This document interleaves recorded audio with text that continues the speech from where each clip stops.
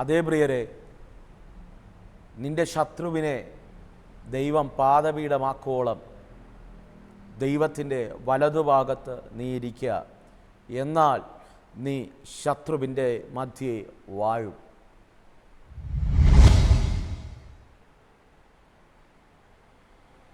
Praise the Lord. നീ ശത്രുവിനെ പാദപീഠമാക്കുവോളം ദൈവത്തിൻ്റെ വലതുഭാഗത്ത് ഇരിക്കുക. എന്നാൽ നീ ശത്രുവിൻ്റെ മധ്യേ വാഴും. നല്ലൊരു പ്രഭാതം ഞാൻ നിങ്ങൾക്ക് ആശംസിക്കുകയാണ്. ജേണി വിത്ത് ഹോളി സ്പിരിറ്റ് എന്ന ദൈവിക സന്ദേശവുമായി ഈ പ്രഭാതത്തിലും ദൈവത്തിനാൽ ഒരുക്കുന്ന നല്ല അവസരങ്ങൾക്കായി ഞാൻ എൻ്റെ ദൈവത്തെ സ്തുതിക്കുന്നു, സ്തോത്രം ചെയ്യുന്നു. ഈ പ്രഭാതത്തിലെ ദൈവിക സന്ദേശവുമായി നിങ്ങളുടെ കൂടാരത്തിൽ വരുവാൻ ദൈവം ഒരിക്കൽ കൂടെ ഭാഗ്യം നൽകിയല്ലോ. എനിക്കറിയാം ഈ സന്ദേശം നിങ്ങൾക്ക് അനുഗ്രഹമാണ്. നിങ്ങളുടെ കോളുകൾ, നിങ്ങളുടെ പ്രെയർ റിക്വസ്റ്റുകൾ ഞങ്ങൾ ആ ആഴമേറിയ ദൈവിക സന്ദേശത്തിൻ്റെ പ്രതികരണങ്ങളായി ഞങ്ങൾ കണക്കാക്കുകയാണ്. ഈ പ്രഭാതത്തിലും ദൈവം നിങ്ങളെ അനുഗ്രഹിക്കട്ടെ.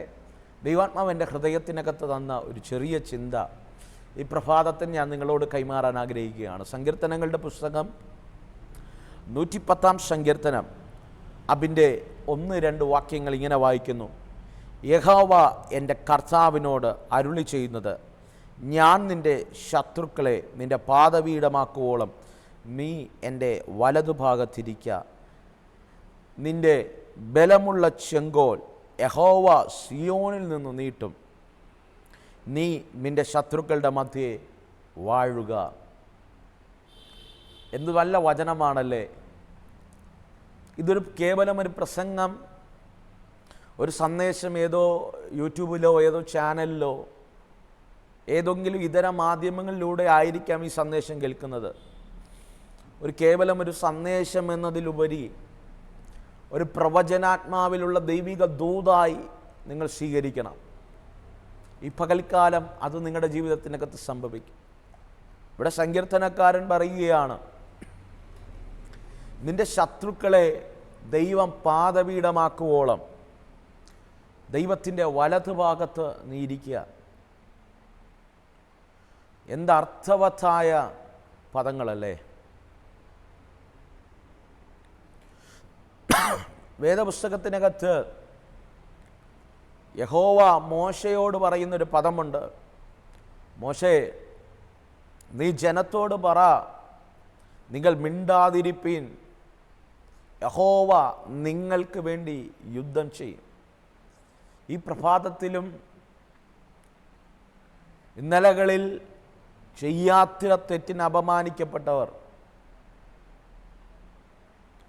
ജീവിതത്തിൽ വന്നുപോയ ഏതോ പ്രതിസന്ധികൾ, മനഃപൂർവമായ ആരൊക്കെ ചില വിഷയങ്ങളിലേക്ക് തള്ളിവിട്ടു, ചില പ്രതിസന്ധികളിലേക്ക് തള്ളിവിട്ടു, ചില പ്രതികൂലങ്ങളിലേക്ക് തള്ളിവിട്ടു, ഇതുവരെയും വെളിപ്പെടാത്ത ചില മാനുഷികമായ ശത്രുക്കൾ ഒരുപക്ഷെ നിന്റെ മുൻപിൽ ഈ പ്രഭാതത്തിൽ വെളിപ്പെടുന്നുണ്ടായിരിക്കാം. ഇതുവരെയും കാണാത്ത പ്രതിസന്ധി നിന്റെ കൂടാരത്തിനകത്ത് വെളിപ്പെടുന്നുണ്ടാകാം. അതിൻ്റെ നടുവിൽ നിന്നുകൊണ്ട് ഞാൻ ആത്മാവിലൊരു ദൂത് കൈമാറട്ടെ. പ്രതിസന്ധിയുടെ നടുവിൽ, പ്രതികൂലത്തിൻ്റെ നടുവിൽ, പോർക്കളത്തിൽ ഒരു പ്രതിസന്ധി വെളിപ്പെടുമ്പോൾ ഒരു യോദ്ധാവിനെ പോലെ യുദ്ധത്തിന് മാനുഷികമായി ഇറങ്ങുകയല്ല. ഒരു ക്രിസ്തു ഭക്തനെ സംബന്ധിച്ചിടത്തോളം അവൻ്റെ പോർക്കളമെന്ന് പറയുന്നത്, അവൻ്റെ പോരാട്ടമെന്ന് പറയുന്നത് ആത്മീക പോർക്കളമാണ്. അതുകൊണ്ടാണ് പൗലൂസ് പറയുന്നത്, എൻ്റെ പോരിൻ്റെ ആയുധങ്ങൾ ജഡീകങ്ങളല്ല, അവ കോട്ടകളെ ഇടിപ്പാൻ ദൈവസന്നിധിയിൽ ശക്തിയുള്ളവയാണ്. ആരെയും തകർത്ത് കളയാൻ മാനുഷികമായൊരു യുദ്ധം ഒരു പുതുനിയമ ക്രിസ്തു ഭക്തനെ സംബന്ധിച്ചിടത്തോളം ഇല്ല. പക്ഷേ നമുക്കെതിരെ എഴുന്നേൽക്കുന്ന മാനുഷികമാണെങ്കിലും പൈശാചികമാണെങ്കിലും ശത്രുക്കളെ, വെല്ലുവിളികളെ നാം അല്ല കൈകാര്യം ചെയ്യേണ്ടത്. ദൈവമാണ് കൈകാര്യം ചെയ്യേണ്ടത്. അർത്ഥം, നീ ഇന്ന് അനുഭവിക്കുന്ന വേദന, നീ അനുഭവിക്കുന്ന താങ്ങാൻ കഴിയാത്ത പീഡകൾ ഒരുപക്ഷെ നിനക്ക് സഹിക്കുന്നില്ലായിരിക്കാം. നിന്റെ കൂടാരത്തിനകത്തുനിന്ന് തന്നെ ചില വ്യക്തികൾ നിനക്കെതിരെ എഴുന്നേൽക്കുന്നുണ്ടായിരിക്കാം. നിന്റെ സഭയ്ക്കകത്തുനിന്ന് തന്നെ മാനുഷികമായി നേർക്ക് നേരെ ചില വ്യക്തികൾ നിനക്കെതിരെ എഴുന്നേൽക്കുന്നുണ്ടായിരിക്കാം. അവരുടെ നാവ് കൊണ്ട് തന്നെ നിന്നെ നോക്കി പറഞ്ഞു കാണും, നിന്നെ ഞാൻ കാണിച്ചു തരാം, നിന്നെ ഞാൻ ശരിയാക്കി തരാം. പ്രിയരെ, വചനം പറയുന്നു, അവിടെയൊക്കെയും നമ്മൾ മൗനമായിരിക്കണം. നമ്മൾ പ്രതികരിക്കുന്നിടത്താണ് ദൈവം പ്രതികരിക്കാത്തത്. മനസ്സിലാകുന്നുണ്ടോ? ആ പദം അടിവരയിടണം. നമ്മൾ പ്രതികരിക്കുന്നിടത്ത് ദൈവം പ്രതികരിക്കില്ല. നമ്മൾ മൗനമായിരുന്നാൽ നമുക്ക് വേണ്ടി യുദ്ധം ചെയ്യുന്ന ഒരു ദൈവമുണ്ട്. ഈ പ്രഭാതത്തിൽ ഈ സന്ദേശം കൈമാറുമ്പോൾ ഏതൊക്കെ കൂടാരങ്ങൾക്കകത്ത്, ഏതൊക്കെ കുടുംബങ്ങൾക്കകത്ത്, ഏതൊക്കെ സാഹചര്യങ്ങൾക്കകത്ത് ഈ വചനം ആഴമായി ഇറങ്ങിച്ചെല്ലുകയാണ്. നിനക്ക് വേണ്ടി യുദ്ധം ചെയ്യുന്നൊരു ദൈവം, നിനക്ക് വേണ്ടി സഹായിക്കുന്നൊരു ദൈവം, നിനക്ക് വേണ്ടി ഇറങ്ങി വരുന്നൊരു ദൈവം. വിശ്വസിക്കാൻ കഴിയുമോ? ധൈര്യത്തോടെ പറയണം, ഞാൻ മൗനമായിരിക്കുമ്പോഴും സ്വർഗം എനിക്ക് വേണ്ടി ഇറങ്ങും. ഞാൻ മൗനമായിരുന്നാലും എന്നെ സഹായിക്കാൻ ആരുമില്ലേലും, എനിക്ക് ഒരു വാക്ക് കൊണ്ട് പോലും സപ്പോർട്ട് ചെയ്യാനോ എനിക്ക് വേണ്ടി ഒരു വാക്ക് പറയാൻ പോലും ഉലകിലാരുമില്ലേലും എനിക്ക് വേണ്ടി പ്രവർത്തിക്കുന്നൊരു ദൈവമുണ്ട്. ആത്മനിറവിൽ ഞാൻ പറയാം, ഈറനണിഞ്ഞ കണ്ണുമായി ഏതൊക്കെ കൂടാരത്തിനകത്ത്, ഏതൊക്കെ വ്യക്തികളെ ഭയന്ന്, ഏതൊക്കെ സാഹചര്യങ്ങളെ ഭയന്ന് അവരെന്നെ കൊന്നുകളയുമോ, അവരെൻ്റെ ജീവിതം തകർത്തു കളയുമോ എന്നുപോലെ ഭയത്തിനകത്ത് ആഴ്ന്നുപോയ ആരോഗ്യം നോക്കി ആത്മാവ് പ്രവചിക്കുക. കുഞ്ഞെ, ബി ക്വയറ്റ്, നീ സൈലൻ്റ് ആയിരിക്കുക. നീ ദൈവസന്നിധിയിൽ സൈലൻ്റ് ആയിരിക്കുക. ജഡത്തിൽ ആശ്രയിക്കാതെ ദൈവത്തിൽ ആശ്രയിക്കുക. അതാണ് പോയിന്റ്. ജഡത്തിൽ യുദ്ധം ചെയ്യാതെ ദൈവത്തിൽ ആശ്രയിക്കുക. എങ്കിൽ ദൈവം നിനക്ക് വേണ്ടി യുദ്ധം ചെയ്യും. ഇവിടെ സങ്കീർത്തനക്കാരൻ പറയുന്നു, ദൈവം നിന്റെ ശത്രുവിനെ, ആര്? യഹോവ നിന്റെ ശത്രുവിനെ, ദൈവം നിന്റെ ശത്രുവിനെ നിനക്ക് പാദപീഠമാക്കി തരുവോളം. അർത്ഥം, നിനക്കെതിരെ എഴുന്നേറ്റ് നിൽക്കുന്ന ശത്രുവിനെ ആര് കൈകാര്യം ചെയ്യും? ദൈവം കൈകാര്യം ചെയ്യും. നിനക്കെതിരെ എഴുന്നേറ്റ് നിൽക്കുന്ന വെല്ലുവിളിയെ ആര് കൈകാര്യം ചെയ്യും? ഈ പകൽ ദൈവം കൈകാര്യം ചെയ്യും. ഈ പകൽക്കാലം ഈ സന്ദേശം കൈമാറുമ്പോൾ ആരുടെയൊക്കെ കൂടാരത്തിനകത്ത് ദൈവാത്മാവ് കൃത്യമായി ഇടപെടുക. കുഞ്ഞെ, ഞാൻ കൈകാര്യം ചെയ്യാൻ പോവുക. നിനക്ക് കഴിയില്ലെന്നല്ലേ പറഞ്ഞേ? നിനക്ക് ആവതില്ലെന്നല്ലേ പറഞ്ഞേ? ഈ പകൽക്കാലം ഭാരപ്പെടണ്ട. ദൈവം കൈകാര്യം ചെയ്യാൻ പോവുക. ദൈവം ചില വിഷയങ്ങളെ ഡീൽ ചെയ്യാൻ പോവുക. ദൈവം ചില വ്യക്തികളോട് ഇടപെടാൻ പോവുകയാണ്. ലിറ്ററലി വിശ്വസിക്കുക. നീ ദൈവസന്നിധിയിലിരിക്കുക. നീ ദൈവസന്നിധിയിൽ കരയുക. നിന്റെ തലമുറയോർത്ത്, നിന്റെ കുടുംബത്തെ ഓർത്ത്, നിന്റെ വഴികളെ ഓർത്ത്, നിന്റെ സാഹചര്യങ്ങളെ ഓർത്ത്, നിന്റെ ഉപജീവനത്തെ ഓർത്ത്, നിന്റെ വിദ്യാഭ്യാസത്തെ ഓർത്ത് നീ കരയുക. ദൈവം നിനക്ക് വേണ്ടി പകൽക്കാലം യുദ്ധം ചെയ്യട്ടെ. വചനം പറയുന്നു, സങ്കീർത്തനക്കാരൻ പറയുന്നു, നിന്റെ ശത്രുവിനെ പാദപീഠമാക്കുവോളം നീ ദൈവത്തിൻ്റെ വലതുഭാഗത്തിരിക്കുക. അർത്ഥം, നീ ദൈവസന്നിധിയിൽ താണിരിക്കുക. ദൈവസന്നിധിയിൽ താണിരിക്കുക. മനുഷ്യനിൽ ആശ്രയിക്കാൻ പോകണ്ട. അവരോട് കൂട്ടുചേർന്ന്, രണ്ടുപേരെ കൂട്ടുചേർന്ന് യുദ്ധത്തിന് പോകണ്ട. നിന്റെ ശത്രുവിനെതിരെ പോർ വിളിക്കാൻ പോകണ്ട. ദൈവസന്നിധിയിൽ താണിരിക്കുക. ദൈവിക സന്നിധിയിൽ താണിരിക്കുക. ദൈവത്തിൻ്റെ കൃപ അധികമായി നിന്റെ കൂടാരത്തിനകത്ത് ചലിക്കും. അധികമായി ദൈവിക നീതി നിന്റെ കൂടാരത്തിനകത്ത് ചലിക്കും. ഒരു വ്യക്തികൾക്കും തടുക്കാൻ കഴിയാത്ത രീതിയിൽ അസാധാരണമായ ദൈവകൃപ ഒരു മഞ്ഞ് പോലെ, ഒരു മാരി പോലെ നിന്റെ കൂടാരത്തിനകത്ത് ഇറങ്ങി വരും. ആരും തകർക്കില്ല കേട്ടോ. എത്ര വലിയവൻ നിനക്കെതിരെ എഴുന്നേറ്റാലും നിന്നെ തകർക്കാൻ കഴിയില്ല. എത്ര ശക്തൻ തന്നെ നിനക്കെതിരെ എഴുന്നേറ്റാലും നിന്റെ തലയിലെ ഒരു രോമത്തിൽ തൊടാൻ കഴിയില്ല. കാരണം വചനം പറയുന്നു, നിന്റെ തലയിലെ രോമം പോലും എൻ്റെ ദൈവം എണ്ണിത്തിട്ടപ്പെട്ടിരിക്കുക. അവൻ എണ്ണി തിട്ടപ്പെടുത്തിയിരിക്കുക. വിശ്വസിക്ക്. ഈ പകൽക്കാലം ദൈവത്തോട് പറ, കർത്താവേ, ഞാൻ മൗനമാകാം, ഞാൻ നിൻ്റെ വലതു ഭാഗത്തിരിക്കാം, ഞാൻ പ്രാർത്ഥനയിലുറ്റിരിക്കാം, ഞാൻ ഉപവാസത്തോടെ ആയിരിക്കാം, ഞാൻ അങ്ങയ്ക്കായി കാത്തിരിക്കാം. നീ എനിക്ക് വേണ്ടി ഒന്ന് പ്രവർത്തിക്കണമേ, നീ എനിക്ക് വേണ്ടി ഒന്ന് ചെയ്യണമേ. അങ്ങനെ നീ ചെയ്താലേ, നീ അങ്ങനെ ദൈവസന്നിധിയിലിരുന്നാലേ, നീ പ്രതികരിക്കേണ്ടടുത്ത് മൗനമായിരുന്നാലേ, സങ്കീർത്തനക്കാരൻ പറയുന്നു, നിനക്ക് വേണ്ടി ഒരു ചെങ്കോൽ ഉയരും. പ്രിയരേ, രാജാവ് ചുമ്മാതെ ചെങ്കോൽ നീട്ടാറില്ല. രാജസന്നിധിയിൽ രാജാവ് ചെങ്കോൽ നീട്ടുന്നുണ്ടെങ്കിൽ അതിൻ്റെ പിന്നിൽ എന്തോ വലിയ കാര്യങ്ങൾ ചെയ്യാനുണ്ട്. അതിന് പിന്നിൽ ആർക്കും തടുക്കാൻ കഴിയാത്തതെന്തോ രാജാവ് ചെയ്യാൻ പോവുക. അതുകൊണ്ട് വചനം പറയുന്നു, 2-ാമത്തെ വാക്യം പറയുന്നു, സിയോനിൽ നിന്ന് അവൻ ചെങ്കോൽ നീട്ടി. അടുത്ത പദമാണ് എൻ്റെ ഹൃദയത്തെ സ്പർശിച്ചത്. ഏറ്റെടുക്കാൻ കഴിയുമെങ്കിൽ ഏറ്റെടുക്കും.